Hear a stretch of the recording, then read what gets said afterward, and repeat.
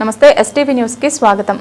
Medak parliament నియోజకవర్గ పరిధిలో అభివృద్ధి పనులపై ఎంపీ రఘునందన్ రావు స్పీడ్ పెంచారు. ఎన్నికల హామీల అమలు దిశగా అడుగులు వేస్తూ తెల్లాపూర్ పటాన్చెరువు ప్రాంతాల్లో ట్రాఫిక్ సమస్యల పరిష్కారానికి క్షేత్రస్థాయిలో చర్యలు చేపట్టారు.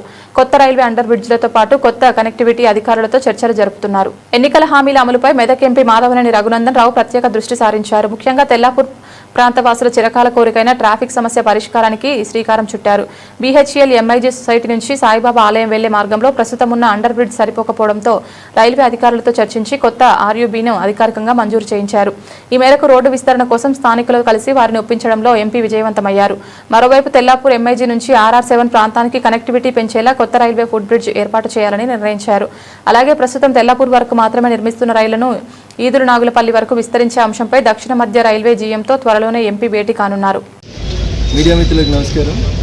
ఈరోజు బీహెచ్ఎల్, తెల్లాపూర్, ఎంఐజీ ఈ వివిధ కాలనీల్లో ఉన్నటువంటి అనేక సంవత్సరాలుగా పెండింగ్లో ఉన్న సమస్యల పట్ల ఒక బాధ్యత గల ఎంపీగా ఎన్నికల కంటే ముందు ఇచ్చినటువంటి హామీలకు సంబంధించి ఉదయం నుంచి కాలనీ పెద్దలందరితో కలిసి భారత ప్రభుత్వం మంజూరు చేసినటువంటి వివిధ అంశాలని వారి దృష్టికి తీసుకొచ్చేటువంటి ప్రయత్నం చేయడం జరిగింది.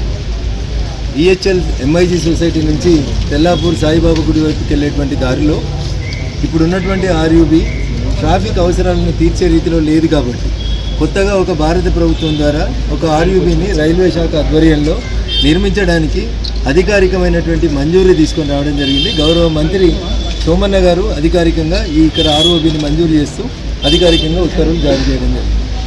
అయితే ఆర్ఓబీ కన్స్ట్రక్షన్ తర్వాత ఇరుపక్కల తిరిగి రోడ్డు కన్స్ట్రక్షన్ ఏదైతే చేయాల్సి ఉందో దానికి సంబంధించి కొన్ని ఎంక్రోచ్మెంట్స్, కొన్ని కాలనీ అవసరాలు వీటన్నింటినీ దృష్టిలో పెట్టుకొని ఈరోజు ఎంఐజీ సొసైటీ లోపల మీటింగ్ నిర్వహించడం జరిగింది. కాలనీ బయట ఉన్నటువంటి స్థలాలకు సంబంధించిన విల్లాస్ యజమానులతో కూడా మాట్లాడడం జరిగింది. అందరూ కూడా ఈ కొత్త ఆర్ఓబీ నిర్మాణానికి కావాల్సినటువంటి రోడ్డు స్థలాన్ని కూడా సహకరిస్తామని చెప్పి ఇటు ఎంఐజీ వాళ్ళు కానీ అటు బెల్మౌంట్ విల్లాస్ వాళ్ళు కానీ చెప్పడం జరిగింది. వారందరూ కూడా ప్రత్యేకంగా ధన్యవాదాలు తెలియజేస్తా ఉన్నారు.